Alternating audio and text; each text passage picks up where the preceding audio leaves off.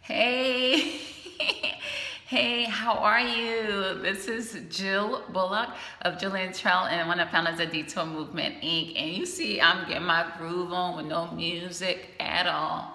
Hey, I just love to dance, you guys. So anyway, I'm laughing and joking, but today we actually are going to be talking about a pretty serious topic, and I am like just so stoked that you decided to ping in onto this YouTube channel. So thank you. But let's get to it. Let's talk about what is a soul tie. Like, let's be clear, because you probably heard of it and you've been curious and wondering exactly what that is and why it's such a popular topic and just kind of been going around. It's just been out in the air. Everybody's talking about soul ties right now. So let me just take a minute to tell you. Well, actually, let me take a minute to introduce myself first, and then I'm gonna take a minute to tell you a little bit about soul ties. As I mentioned, my name is Jill Bullock, and I'm one of the founders of Detour Movement Inc. We believe when you renew your mind, you transform your entire life, your relationships, and your business, right? And I am just really deeply passionate about helping women, perhaps just like yourself, make the right choice when it comes to your dating relationships. I don't take it as a joke. Let me tell you, who you decide to connect yourself with will change the trajectory, the course of your life. So we want to make sure that you put a lot of time and attention into that and not just let it be a subconscious, like just off a whim type of decision. So that's what I do. So today I'm going to share with you a little bit about soul ties, because it's so important for you to first know what they are, know what the signs are, know how they're formed. That's what I'm going to cover in this video. And then in another video, I'm going to cover how do you break soul ties. So this is going to be good. So anyway, dealing with soul ties, what is it? It's an emotional bond that you have with somebody, right? If you think about it, when God created you, He created your body, and He created you with sound, your five senses, right? Sound, sight, smell, touch, taste, which connects you to the outside, to His entire creation. He created your body, right? And with that body, He created you with a soul. And your soul has your will, has your mind, and it has your emotions. And all of this ties and creates your spirit, right? Which connects you back to God. So if I told you that a soul tie is an emotional bondage or bond that you have with somebody, then that's why it is considered a soul tie, because your emotions is one of the three core parts of your soul, right? Absolutely. So that's why. So, when you're talking about emotional soul ties, or just soul ties in general, like it could be healthy or unhealthy. Right? A lot of times we think of unhealthy soul ties, but it could also be healthy.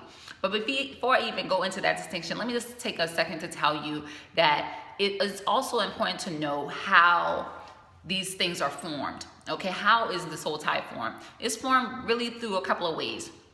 One is through your verbal commitment, making a verbal commitment or promise to someone that you're going to do something. Even when you say, hey, yes, I'm going to be your girlfriend. Hey, yes, I'm going to be your boyfriend, whatever that is.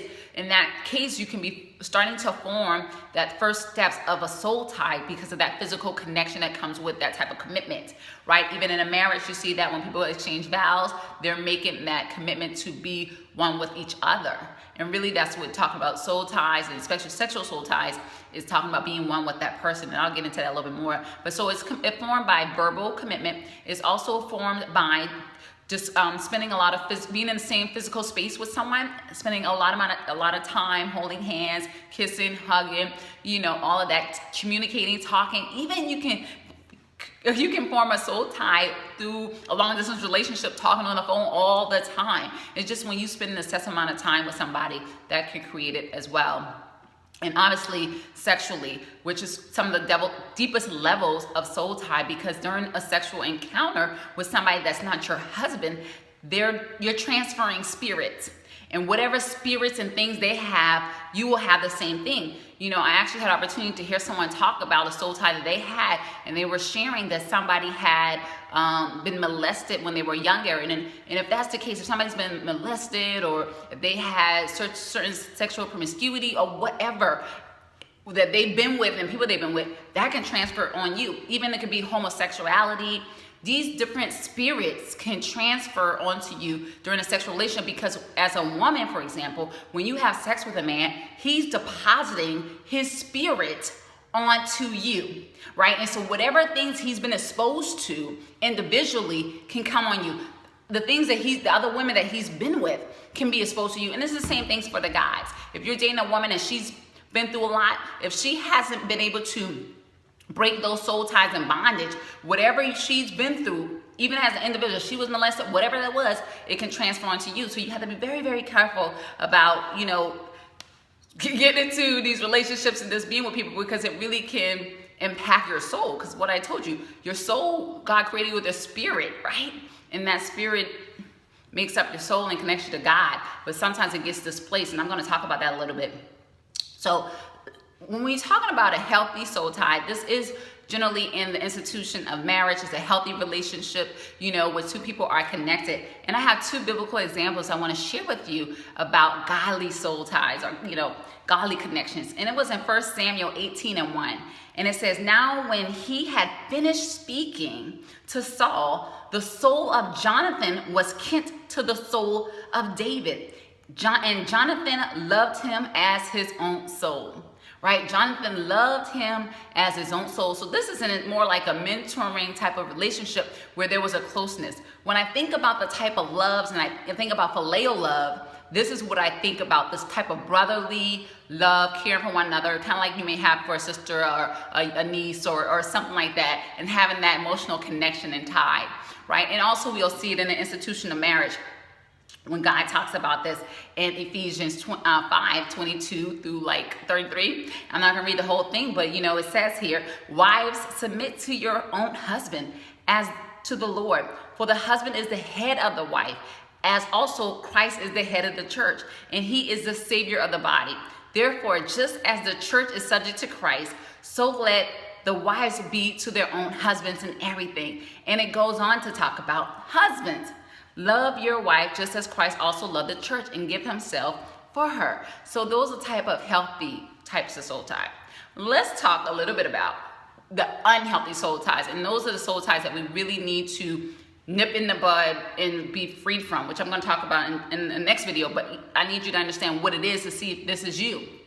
So unhealthy soul ties is some signs that you may be dealing with unhealthy soul tie is if you have a thought thinking about past relationships and experience, whether it's from a dreaming, fantasizing, or just reminiscing type of way about a past relationship you were in that wasn't healthy. Or perhaps you're in a relationship right now and the relationship is not healthy for you. And what do you mean not healthy, Jill? What does that mean exactly? Well, when I say it's not healthy, it may be a abusive relationship, verbally, physically. It may be in a relationship where you're having sex with someone that's not your husband. That's unhealthy relationship from the Christian perspective, right? So those are all things that you don't want to be involved in. And that's, in those cases, soul ties have formed and it's causing you to be stuck. Think about it almost like a dog being on a leash, right? And that dog on a leash can only go as far as that leash will allow him. And that's the same thing when you're caught up in an unhealthy emotional tie or soul tie. You are connected and you can't go but so far, because God has destiny for greatness. He's called you, the scripture in Jeremiah 29:11, he called you to have a future, to hope and to be prosperous, but you're going to be limited because you have displaced loyalty. When you into soul ties, rather than submitting yourself to God and doing his will, you end up having what I call displaced loyalty, and you're submitting to your own flesh, and you're just submitting to the man or whoever, woman, or whatever the case may be. You're not submitting to God. You have a displacement of where your commitment and loyalty lies, and that's why we say it's a soul tie. So just wanted to check and see if I missed anything, because I wanted to make sure I covered everything, to make sure you really have a clear understanding of what is a soul tie. So it looks like I covered everything on there. So if you have, I want to hear what you have to say about it. What do you think is soul ties? Have you experienced soul ties? Also, would you want to share something about how you broke those soul ties? Would love to hear it. Or other signs that people may have soul ties. So I'm so glad you joined this video. I hope you enjoyed it. If you have enjoyed the video, would you subscribe to this YouTube channel? Okay, and also make sure you check out our website, where there's a bunch of cool stuff. A lot of blogs to talk about relationships, dating, from the Christian's perspective. You would just love it. And we have a lot of free resources. So make sure you sign up to be on our newsletter so we can keep you in the know. And plan to mark your calendars for August 6th and 7th for the Fabulous I Am Women's Conference that happens every year, and it's going down this year in 2016. And you do not want to be, listen, you want to be there or be square, because we're going to be diving deep, talking about relationships. We're going to be diving deep, talking about business. And lastly but not least, I want to share with you that I am an Amazon best-selling author. I guess I should have said that at the beginning, huh? I am an Amazon best-selling author of the book, The Biggest Lies Women Believe About Men Dating Themselves and Discovering the Truth of a Fabulous Life and Fabulous Relationships. And you can go to thebiggestlieswomenbelieve.com and cop you a copy, because you need to know that in your life. Like, for real. Okay? Because that's what I do. Help women make the right choice in their dating relationships, and I want you to do that. Love you so much. Be blessed.